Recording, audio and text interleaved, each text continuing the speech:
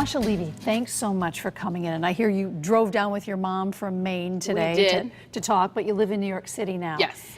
Raised in New London. What was life like as a kid in New London for you? It was a blast. I grew up on a dead-end street, so you know, I couldn't go past the yellow house. That was like my cutoff. You had boundaries. Yeah, I couldn't go past the yellow house. You had to be in by the time the street lights came on. Like, I kind of grew up in that time, so it was a lot of fun.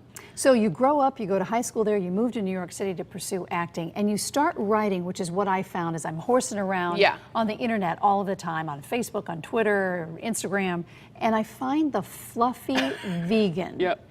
So I start to investigate Tashia Levy and the fluffy vegan, and I'm very intrigued about what you're doing. To sum it up, what are you trying to do online with your blog right now?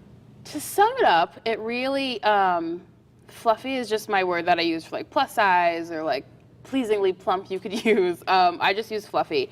And it really is just a place for vegans and fluffy women and women in general just to kind of come together and have conversations with me every couple of days or every day. I'm posting on Facebook every day. It's like I'm addicted. Well, it's feed and watering, as we just talked about a blog.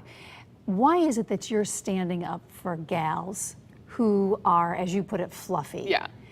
Are they bullied a lot? Are they put down a lot? Do you think that they need a leader and you're gonna light the way for them?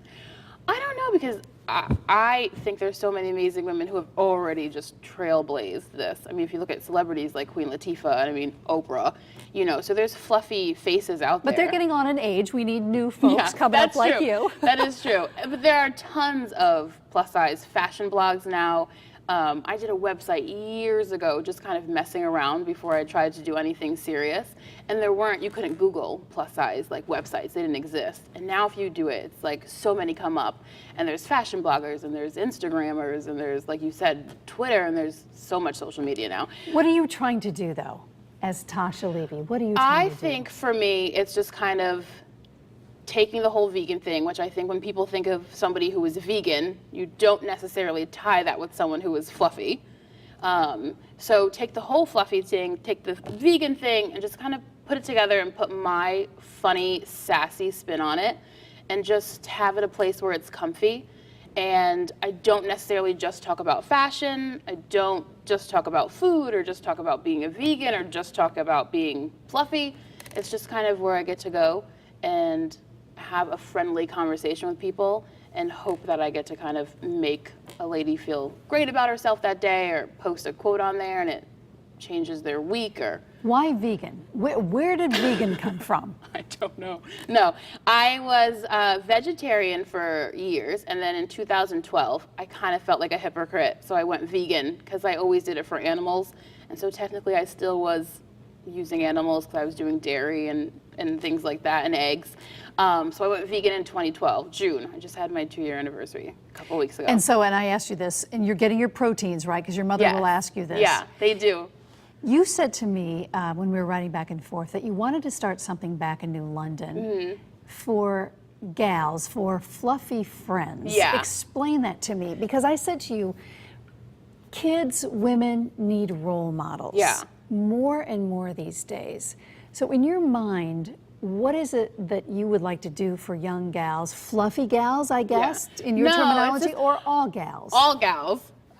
Even the website, I only know what it's like to be fluffy, because I had really bad asthma when I was a child, and so they pumped me with steroids for years because I was a stick of a kid. I probably would have stayed a stick of an adult if I didn't have asthma. And then still to this day, if I get sick or anything like that, all my medicine a majority of it is steroid based. So I went from this little thing, and then I had these full cheeks, you know, in the next school year's picture. So I know what it's like to be fluffy and to grow up fluffy. What is it like? It's a lot of fun.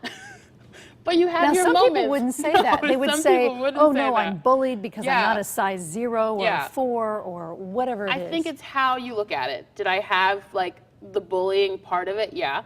But I was always just this crazy kid who ran around and just had jokes, and I was semi-popular, so I had a lot of friends. New London's a small town, so we all grew up together. So it wasn't like there was a lot of people coming in and out, you know? So everybody knew you from preschool. My best friend I've known since preschool. So it's a little community, so everybody knows everybody. So there's not a lot of bullying. I don't know now because I haven't been in the school system in a long time.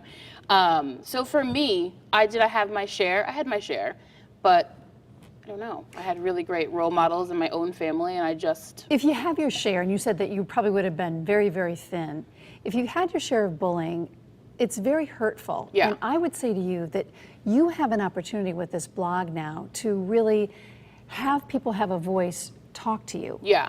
Are they starting to write? Are they starting? I am. And what are they saying to you? I have people I have people email me about vegan questions. And because I think, you know, I have like the cooking videos on the website, and it's like baked macaroni and cheese. That's the one that's currently on there. And so it's really like guilty food. It's not like salads, and I mean, I eat salads, but it's not just like, you know, hummus and carrots and trying to like saute daffodils. I don't know. I have sauteed daffodils. Well, because I have all these cookbooks in my apartment, and some of the things I'm like, they're eating flour. I don't know what they're eating. And I think a lot of people, when they think about going vegan, it turns them off a little because they think it's not, that they're not going to be able to eat anything guilty or anything fun. And I always joke and say there's no chicken in Oreos. Those are 100% vegan. And Nutter Butters, if you're wondering. See, there you go. So the fluffy part, though, Yeah. are you starting to get some folks writing into you about how do you handle this and how do you handle this, Yeah. and I don't feel so good about this, and you're not using the word fat? No. Were you ever called that? Yeah. And what did that feel like? You know, it's not fun. I think it's a cheap shot for some people to go to that word, just as there's other cultures and other things that you can call people that you know it's really going to get to them. I always say it's like this 3-letter word that can bring a lot of women to their knees. I mean, if you call it to me now, would I react how I would when I was 11? Probably not. I'd probably laugh it off. But I mean, there's a lot of women who are trying to turn this around and make it into something, and take the power back and make it into something fantastic, and just be like, no, I am fat. This is what it is.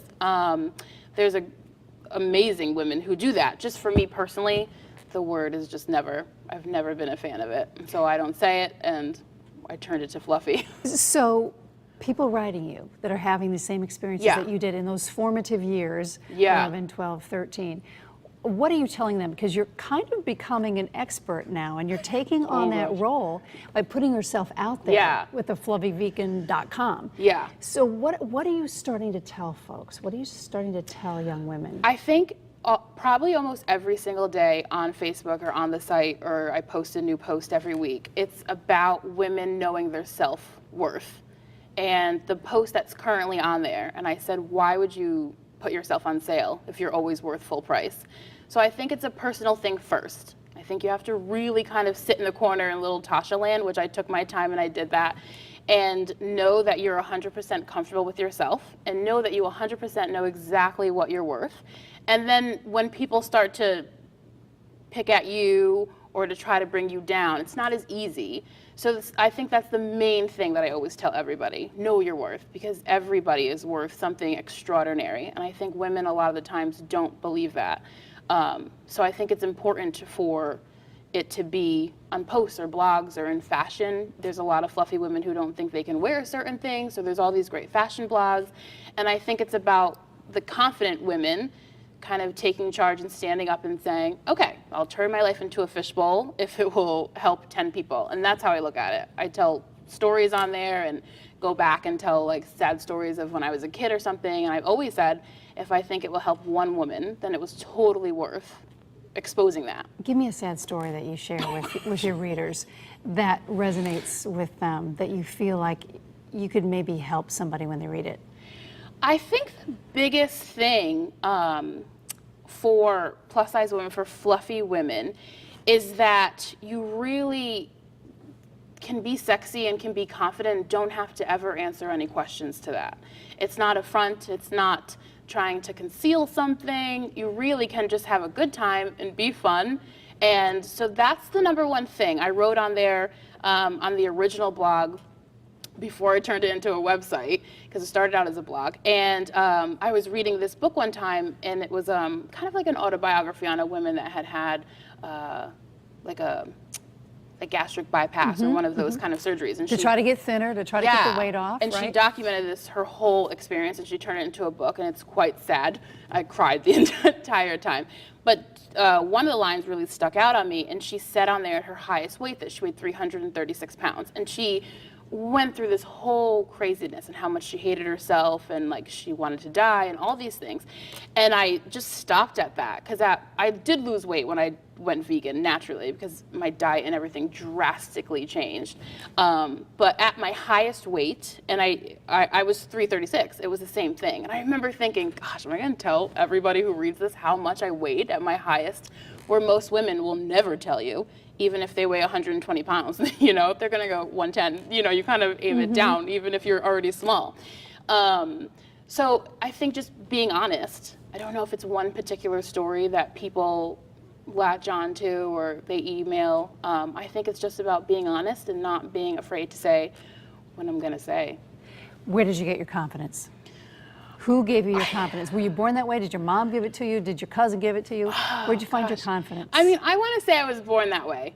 I really do. I came out early. I was in an elevator. I think I just... I'm sorry, what did you just say? You were born in an elevator? Yeah, I was in the... My mom was in the hospital. So it wasn't like she was, you know, going up to her apartment and I just like popped out and she had a kid. She was in the hospital. But the way that the hospital was set up, you start on like a different floor, and then when they think you're ready to deliver, they wheel you up and then you go. It's not like in one room where a lot of hospitals you just stay put. So she just kept trying to say, I think I'm gonna have this baby. And they're like, no, it's your first child. Like, you're freaking out, like it's fine. And they eventually were just like, let's just make her be quiet and we'll roll her upstairs.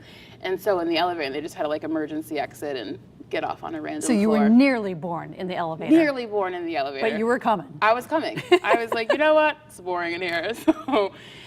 So the confidence, you think you were born that way? I think, and then I grew. I don't know if one specific person in my life gave me confidence. I will spread that credit evenly around to all the women who I have crossed paths with in my life, whether it be a family member or a friend or coworkers. I've been blessed to be surrounded by women who are extremely honest, and that's not always something that you find as far as adults being honest with younger children or vice versa, or like people my own age being honest with me. So I think just having that whole know-how of women who've maybe been through not so great things, who are laughing and they're still full of life, and I've seen women who have not been through great things who don't laugh or don't make it to the end of that tunnel. So I think it's a mix of all of them. And I kind of took everything from there and just built this crazy mess of a child that you see now. No, when you built the Fluffy Vegan, Yeah. and I would say to you after hearing your story that you are going to be quite a leader and that you will instill confidence in a lot of young women who are going to come to your website. So get ready. I know, I hope. Tashia Levy, thank you so much. TheFluffyVegan.com. Yes. Thank you so much. Thank you.